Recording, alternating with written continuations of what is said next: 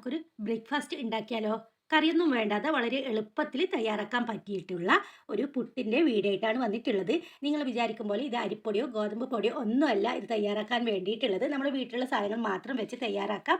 എന്നാൽ നല്ല ടേസ്റ്റും ഹെൽത്തി ആയിട്ടുള്ള ഒരു റെസിപ്പിയും കൂടി ആണ്. അപ്പോൾ എന്താണെന്ന് നമുക്ക് കണ്ടു നോക്കാം. വീഡിയോ ഇഷ്ടമായാലും ഒരു ലൈക്ക് തരാനും അതേപോലെ സബ്സ്ക്രൈബ് ചെയ്ത് സപ്പോർട്ട് ചെയ്യാനും മറക്കരുത്. അപ്പോൾ വീഡിയോ നമുക്ക് എന്താണെന്ന് കണ്ടു നോക്കി വരാം.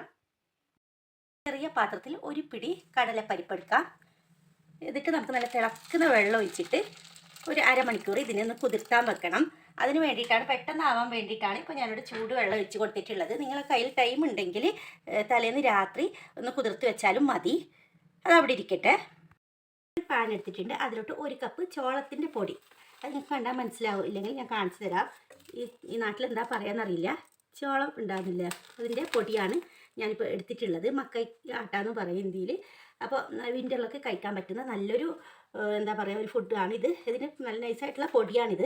അത് നമുക്കൊന്ന് ഡ്രൈ പാത്രത്തിൽ വെച്ചിട്ട് വേണം ഒന്ന് വറുത്തെടുക്കാനായിട്ട്.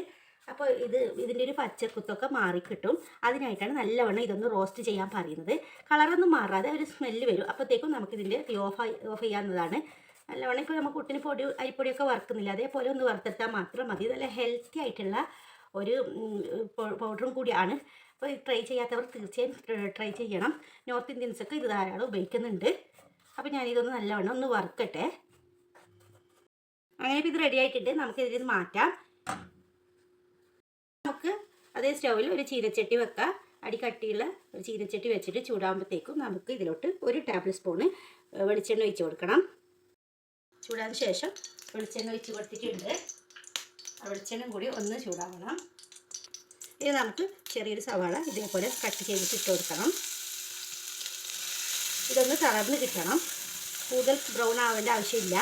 ഈ സവാളയുടെ നിറക്കൊന്ന് ഒരു പിങ്ക് കളറാവുമല്ലോ, തളർന്ന് കിട്ടുമല്ലോ, അതുവരെ ഒന്ന് വഴറ്റിയെടുക്കാം.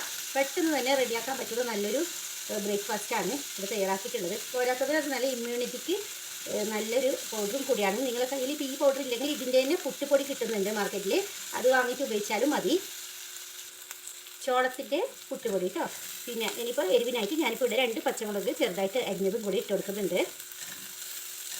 ഞാനിപ്പോൾ 1 കപ്പ് പൊടിയാണ് എടുത്തിട്ടുള്ളത്. നിങ്ങളുടെ പൊടിക്കനുസരിച്ചിട്ട് വേണം ഈ സവാളയിലും പച്ചമുളകിൻ്റെ എണ്ണം കൂട്ടാനും കുറക്കാനൊക്കെ ചെയ്യാൻ വേണ്ടിയിട്ട്. കുതിർത്ത് വെച്ചിട്ടുള്ള പരിപ്പ് കൂടി ഇട്ട് കൊടുക്കാം. നല്ലവണ്ണം ഇളക്കി കൊടുക്കണം.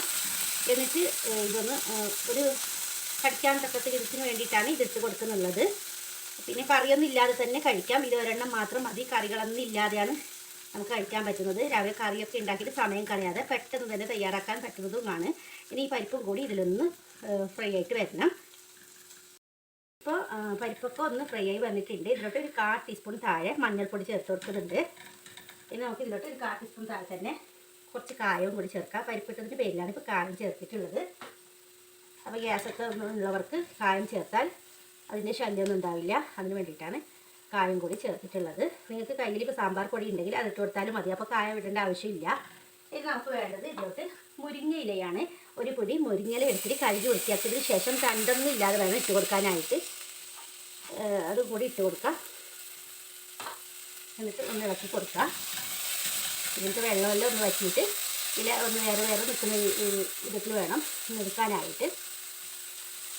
ആവശ്യത്തിനുള്ള ഉപ്പും കൂടി ചേർത്ത് കൊടുക്കാം. ഇതിപ്പോൾ റെഡിയായിട്ടുണ്ട്. നമുക്ക് ഇതിനെ മാറ്റാം ഇനി അടുപ്പിൽ നിന്ന്. വറുത്ത് വെച്ചിട്ടുള്ള പൊടി ഞാൻ ഇതിലോട്ട് മാറ്റിയിട്ടുണ്ടായിരുന്നു. ഇപ്പോൾ ഇതിൻ്റെ ചൂടെല്ലാം പോയിട്ടുണ്ട്. ഇനി നേരത്തെ തയ്യാറാക്കി വെച്ചിട്ടുള്ള ഈ പരിപ്പിൻ്റെ മസാല ഉണ്ടല്ലോ, അത് ഇട്ട് കൊടുക്കാം. ഈ സമയം നിങ്ങൾ ഉപ്പ് ഒന്നും കൂടി ചെക്ക് ചെയ്യണം. കാരണം ഉപ്പില്ലെങ്കിൽ ഇട്ട് കൊടുക്കാൻ വേണ്ടിയിട്ടാണ്. അപ്പോൾ ഞാൻ ഒന്നും കൂടി ഇട്ട് കൊടുത്തിട്ടുണ്ടായിരുന്നു ഉപ്പ്. ഇനി നമുക്ക് ഇതെല്ലാം കൈ വെച്ചിട്ട് തന്നെ നല്ലോണം ഒന്ന് മിക്സാക്കി കൊടുക്കണം. ഇതേപോലെ ഒന്ന് മിക്സാക്കിയാൽ മതി. കുറേശ്ശായിട്ട് വെള്ളം ഇങ്ങനെ കയ്യിൽ വെച്ചിട്ട് വേണം ഒന്ന് ഒഴിച്ച് കൊടുക്കാനായിട്ട്. പുട്ടുപൊടി നനക്കുന്നത് എല്ലാവർക്കും അറിയാമല്ലോ. അപ്പോൾ ആ വെള്ളത്തിൻ്റെ അളവ് നിങ്ങൾ പൊടിക്കനുസരിച്ചിട്ട് ഒഴിച്ച് കൊടുത്താൽ മതി. കട്ടയില്ലാതെ വേണം കലക്കിയെടുക്കാനായിട്ട്. ഇതേപോലെ കൈ വെച്ചിട്ട് ഓരോന്നായിട്ട് ഇങ്ങനെ ഉതിർത്തിട്ട് വേണം കലക്കിയെടുക്കാനായിട്ട്. അങ്ങനെ ഇപ്പോൾ നല്ലവണ്ണം ഇത് കുഴച്ചിട്ടുണ്ട്. ഇനി നമുക്കിത് ഉണ്ടാക്കാൻ തുടങ്ങാം. അതിനായിട്ട് ഞാനിപ്പോൾ ഇതേപോലത്തെ ചിരട്ടപ്പുട്ട് എന്ന് പറയുന്നതില്ലേ, അല്ലാതെ മറ്റേ കുറ്റിയിലും നിങ്ങൾക്ക് വെച്ച് കൊടുക്കാവുന്നതാണ്. എന്നിട്ട് കുറച്ച് തേങ്ങ ചിരകിയത് ഇട്ട് കൊടുക്കാം. ഇതേപോലെ ഇട്ട് കൊടുക്കുന്നുണ്ട്. നമുക്കിതിലോട്ട് ഇട്ട് കൊടുക്കണം. ഫുള്ളായിട്ട് ഇട്ട് കൊടുക്കുക. എത്രത്തോളം നിങ്ങൾക്ക് വേണം അത്രയും ഇട്ട് കൊടുക്കാവുന്നതാണ്. ഇതിൻ്റെ ഷേപ്പ് ആയതുകൊണ്ട് കുറച്ച് കൂടുതൽ പിടിക്കും. അല്ലാതെ കുറ്റിയിലാണെങ്കിൽ ഒരു 4 സ്ലൈസ് വരെ കിട്ടുന്നതായിരിക്കും.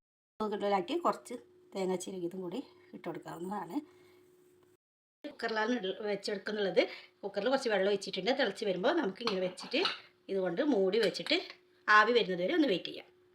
ആവി വന്നിട്ടുണ്ട്. നമുക്കിത് എടുക്കാം. ഇതിൽ നിന്ന് പ്ലേറ്റിലോട്ട് മാറ്റി കൊടുക്കാം. ഇതിൻ്റെ അച്ചൊക്കെ മാറ്റാം. നല്ല ആവി വറക്കുന്ന പുട്ടാണ് റെഡി ആയിട്ടുള്ളത്. ഇനി ബാക്കിയുള്ളതും കൂടി ഇതേപോലെ ചെയ്തെടുക്കാം. ഇതിൻ്റെ ആവിയൊക്കെ പോട്ട് എന്നിട്ട് ഞാൻ കാണിച്ചു തരാം. നമ്മുടെ ഹെൽത്തി ആയിട്ടുള്ള പുട്ട് റെഡി ആയിട്ടുണ്ട്. അപ്പോൾ എല്ലാവരും ഇതൊന്ന് ട്രൈ ചെയ്ത് നോക്കണം. കറികളൊന്നും ഇല്ലാതെ എളുപ്പത്തിൽ തയ്യാറാക്കാൻ പറ്റിയ ഒരു പുട്ടും കൂടിയാണ്. അപ്പോൾ ആദ്യമായിട്ടാണോ കാണുന്നുണ്ടെങ്കിൽ ഈ റെസിപ്പി ഇഷ്ടമായാലും ഒന്ന് സബ്സ്ക്രൈബ് ചെയ്ത് സപ്പോർട്ട് ചെയ്യണം. അടുത്തുള്ളവർക്ക് ഒന്ന് ഷെയറും ചെയ്ത് കൊടുക്കണേ. അപ്പോൾ ഇതുപോലുള്ള റെസിപ്പികളൊക്കെ ആയിട്ട് ചാനലൊന്ന് വിസിറ്റ് ചെയ്യാൻ മറക്കരുത്.